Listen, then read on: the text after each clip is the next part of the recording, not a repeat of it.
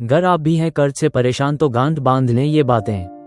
नमस्कार दोस्तों, राजयोग में आपका स्वागत है। मैं हूं मिथिलेश कुमार। क्या आप भी कर्ज से परेशान हैं?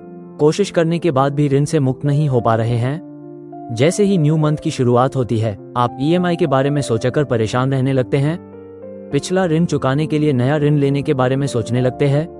अगर हाँ, तो ध्यान से सुनिए मेरी बातों को। संभव है ऋण के दलदल से निकलने के लिए आपको कोई सहारा मिल जाए। एस्ट्रोलॉजी में दो तरह के योग होते हैं, एक राजयोग और दूसरा दुर्योग। किसी भी व्यक्ति की कुंडली में ये दोनों योग उपस्थित हो सकते हैं। यही योग जीवन में सुख और दुख की मात्रा का निर्धारण करते हैं। दुर्योग की श्रृंखला में एक ऋण योग भी होता है। छठे, 8वें और 12वें भाव में किस घर का स्वामी जाकर बैठ गया है, ये देखकर ऋण योग के बारे में जानकारी मिलती है। लेकिन यह एक ज्योतिषीय पहलू है। ऋण का एक तार्किक पहलू यह है कि धन का जो कारक ग्रह होता है, उसकी एनर्जी आपको ठीक से नहीं मिल रही है।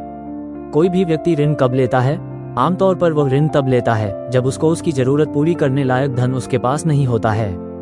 हम अपनी और अपने परिवार की कुछ जरूरत को स्थगित कर सकते हैं, लेकिन कुछ जरूरतें ऐसी आ जाती हैं कि उसे हर हाल में पूरा करना ही पड़ता है, चाहे जैसे भी। क्या आप मेडिकल इमरजेंसी, बच्चों की शिक्षा को टाल सकते हैं?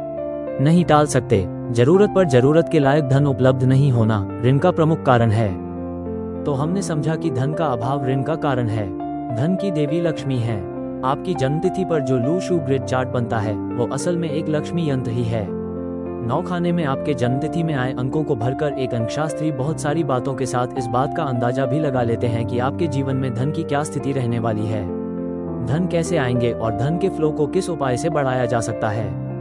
ऋण मुक्ति का सबसे तार्किक पक्ष ये है कि जब आपके पास पर्याप्त धन आएंगे, तभी आप ऋण चुकता कर पाएंगे और आगे ऋण लेने से बच पाएंगे। लेकिन ये कैसे होगा? जादू से तो नहीं ही होगा। हाँ, इसमें भाग्य जरूर मदद कर सकता है। लेकिन भाग्य मदद क्यों नहीं कर रहा है? क्योंकि जिसका भाग्य प्रबल होता है, वो ऋण के जाल में नहीं फंसता है। अगर फंस भी जाता है तो भाग्य से मदद मिलती है और वो एक झटके में उस दलदल से बाहर निकल जाता है। तो आपको, हमको और उन सबको जो ऋण के जाल में फंसे हुए हैं, उन्हें अपने भाग्य के साथ उन अंकों की एनर्जी को अपनी ओर आकर्षित करने का प्रयास करना होगा, जो उनके जीवन में धन का द्वार खोलेगा। एक, किसी अंक की सहायता से आपकी बुद्धि को धन अर्जन की सोच मिलेगी। दूसरा, कोई अंक आपको कर्म करने की शक्ति देगा। तीसरा अंक सफलता के लिए भाग्य को प्रबल करेगा। जब भी यह तीन घटना क्रमबद्ध रूप से एक साथ घटित होने लगेंगी, धन का द्वार खुल जाएगा और कर्ज का दलदल सूख कर धरातल बन जाएगा। उस धरातल पर चलकर आप समृद्धि की श्रेणी तक भी पहुंच सकते हैं। कर्ज मुक्ति के लिए आपको अपनी बुद्धि, कर्म और भाग्य का संयोजन करना होगा। और आप ये कर सकते हैं, क्योंकि लाखों लोग पहले भी यह सब कर चुके हैं, लेकिन अब वे कर्ज से बिल्कुल मुक्त हैं और खुश हैं। धन्यवाद। जीवन में उन्नति देने वाले वीडियो प्राप्त करने के लिए कृपया चैनल को सब्सक्राइब और वीडियो पर लाइक और कमेंट किया करें।